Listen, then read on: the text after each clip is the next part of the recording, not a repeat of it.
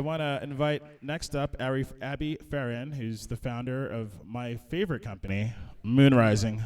Of course, my co-moderator for the weekend and dear friend, Michelle Miller, is going to take over from here. Good evening. Hi, everybody. We've got an influx of people coming in and out. My name is Michelle Miller. I am a service-driven storyteller. I am the director of storytelling for the Foundation for Regeneration, based out of Kansas City, Missouri. I would say that we bring regenerative practices to the urban core, to areas of brownfield and blight, empowering those communities, and also sowing seeds of intergenerational reparation that are long overdue. I'm also a professor at the University of Kansas and an Emmy-nominated filmmaker. But what really excites me about this moment with Abi Ferrin of Moonrising is that she lives so true to the ethos of her brand, which is ethically sourced, exquisite, wearable art. And when we talk about regenerative practices, we also need to remember that it is cultural preservation as well. And I think that Abi can speak best to it in the way of somebody stepping into a culture with great reverence for it and really letting the culture speak for itself and creating an environment that empowers the people that are sourcing it. So take it away. Thank you. Yeah, it's a very challenging thing to be a white woman walking into an indigenous collaboration and partnership because I have a long line of disappointments from my ancestors. And so to live up to that and to change that story and to change that narrative is no small task. I went to Peru in 2014 to see Machu Picchu. I grew up in Jackson Hole as a granddaughter of one of the founding homesteaders. And I met a man who took me on a journey into the mountains and discovered, and I say this, I'm like on camera for the first time, but I discovered that God wasn't a white Christian conservative Republican American. And I discovered that there were people like just this indigenous man who held a 5,000-year lineage in Peru, held this vibration that I had never felt in my life, and I realized that there were people on the land before my ancestors who were the first people that I knew of. The colonizers. And I thought, I'm 36 years old, and I grew up on this land, and how has I've been failed as a human, that no one even, it was just this like shocking transformational moment for me. So I also, these people were transformational. They helped me learn how to heal my own mind and body from major trauma and depression without taking a pill every day for the rest of my life. And I just basically, they gave me a whole new life. I mean, it has not been easy. I came home and I ended up having a child with this man years later. So I have an 8-year-old, half Quechua son who is my inspiration, and I really want him to grow up in a world where he can be proud of his mother and proud of his culture. And so, just spent a lot of years learning.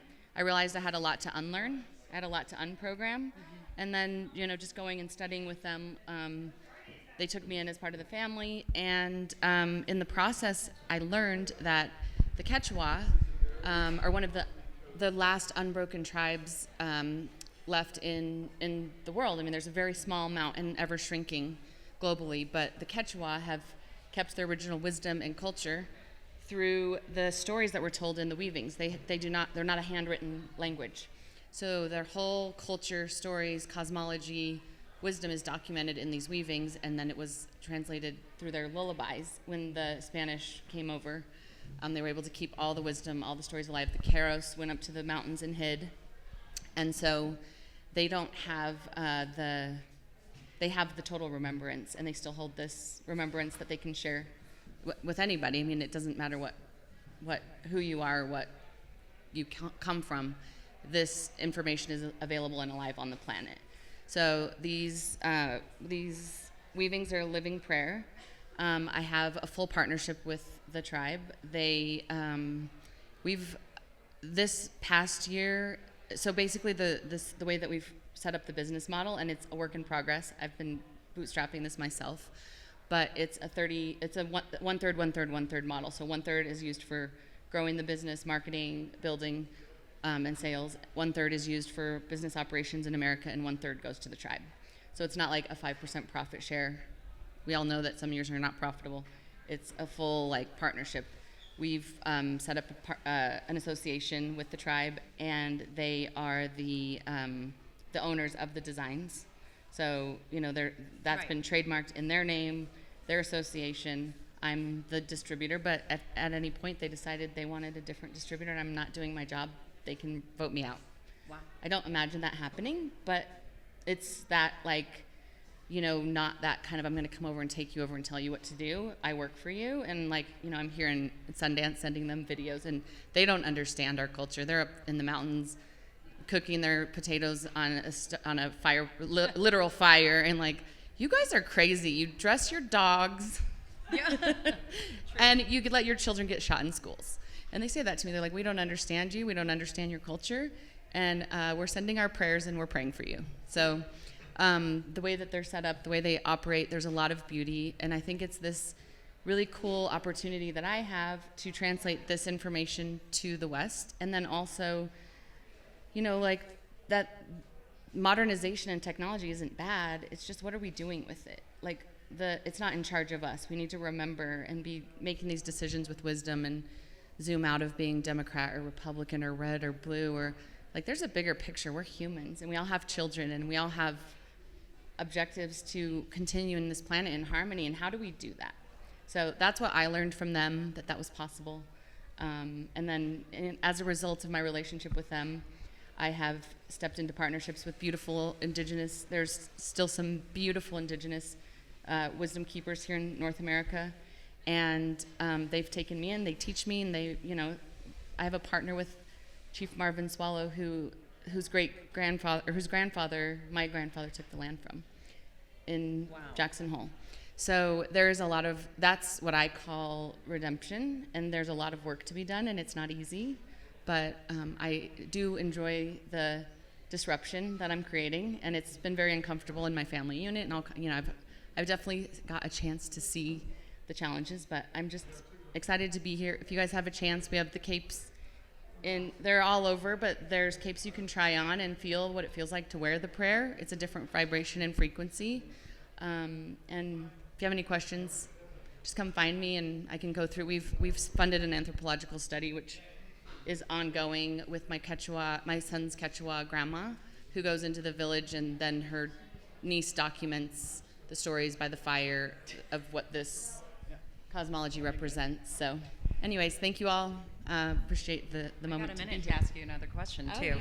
I mean, what I appreciate of this is the acknowledgement of your background, the acknowledgement of that we do have to acknowledge where we've come from and what is not ours.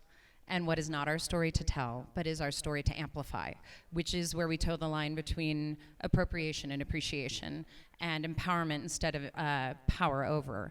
And so I appreciate that you understand this is a generational thing, right? We don't always think about it. We are as colonizers, a young country. That's when we forget the people who were the first peoples here. And that you actually are stepping into this culture from a place of listening and learning, I think, is a very important example for us to have, and that these are prayers that are, with these cultures, that it is largely an oral tradition. It is this, we think of what our culture is, it's our language, it's our food, it's how we gather, and you're pulling up a chair to the table, being welcomed in as family, as we talked about last night.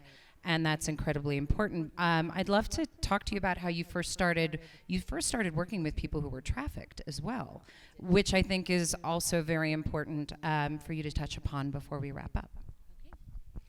So in 2003, I'd started my fashion business in Hollywood. I was working at Paramount Pictures, sewing my own clothes, because I was getting invited to fun events. And people started liking them, and I was like, okay, cool. So in the process, my sister was doing humanitarian work overseas and came back, and she was like, did you know people are selling their daughters for $300 in a bag of rice? And I was like, what? And, there was no talk of trafficking back then. So I looked into it, and she was like, well, they have these bracelets. Can you sell these bracelets? I was like, I honestly won't sell very many of those bracelets, but if they could make that item, I bet we could find something that they could make for me that I could sell. So they ended up making this button. I told the story. We called it the Freedom Project. It was before CNN's Freedom Project. We put it on every garment. So every time I sold a garment, there was a button on this. Even if I didn't put it in the design, there was a button.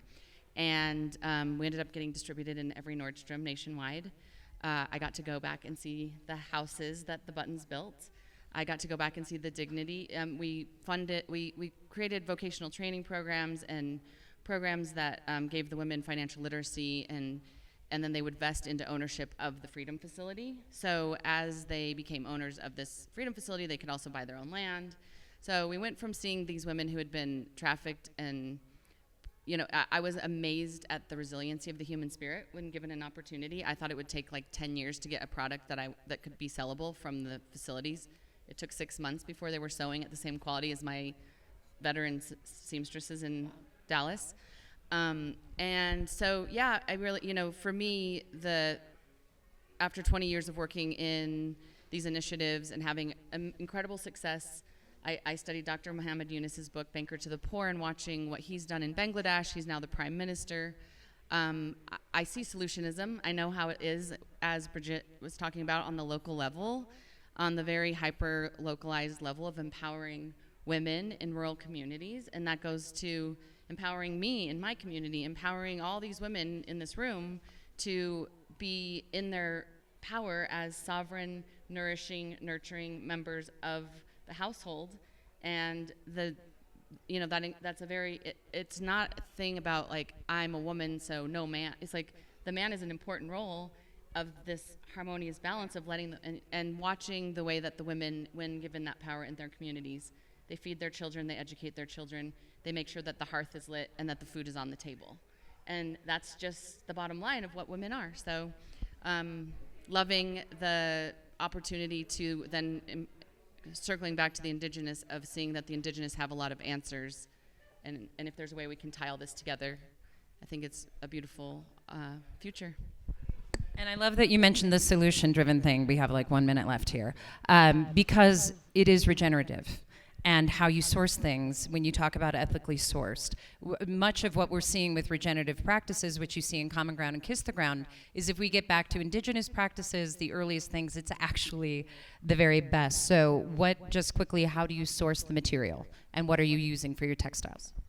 I don't source the material. I go to the local areas. Every project I've ever worked on, I go to the local areas and I see what they're sourcing, and then I co-create with them because I know the Western customer.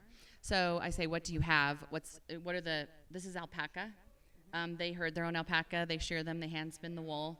You've all probably seen the traditional poncho. All I did is say, let's open the poncho, add some fur around the trim. I mean, I didn't do anything revolutionary. It just had never been done before, and now, one of my great things about my designs is they're very knocked off all the time, and that's been a thing for 20 years. So I guess flattery's what is it? Copying is the best. Imitation is the highest form of flattery. Yes. So that's the basic model. You go in, you find what's being done. In Cambodia with the buttons. I saw all this coconut shells out in the field. There were not coconut buttons yet at that point. You guys have probably all seen coconut buttons now. That was the beginning of the coconut button. I was like, hey, let's take the coconut from those shells. You guys could carve that, and then, so that's what we do. We just go and work with them to co-create some magic. And I think, I would really love, I'm here asking for some support. I have some really beautiful people that have come in to give me advice, Chad and Heather and Kwasi. I think we can create some really, Bridget has just joined the team, whether she knows it or not. She was folding capes and packing them today with me. It's really, okay, we don't necessarily think that the problems are being solved in all of these ongoing forums and things. Let's get to the local level. Let's find solutions together and create a more fashionable world with children that are fed and don't feel like they're going to get shot in school. I have an 8-year-old, and I really hate that he has to go. This is not a political statement.